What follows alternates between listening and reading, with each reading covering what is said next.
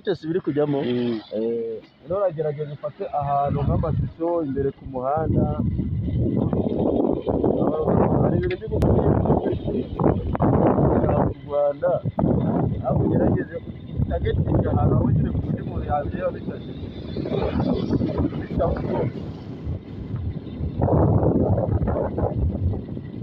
aho ngaho wenda ukaganisha kamera hepfo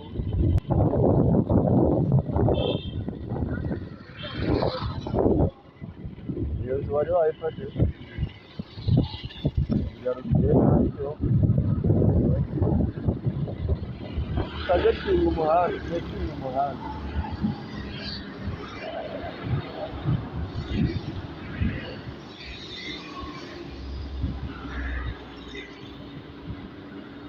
hari ikintu dukora ariko ndi kubona abantu bari kubireba da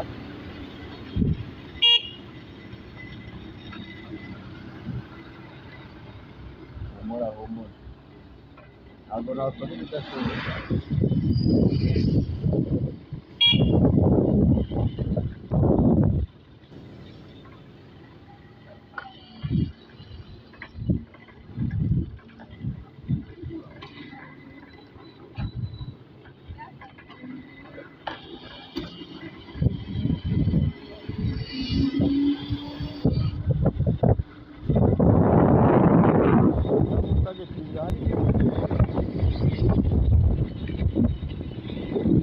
shakishiriza ibigeri hose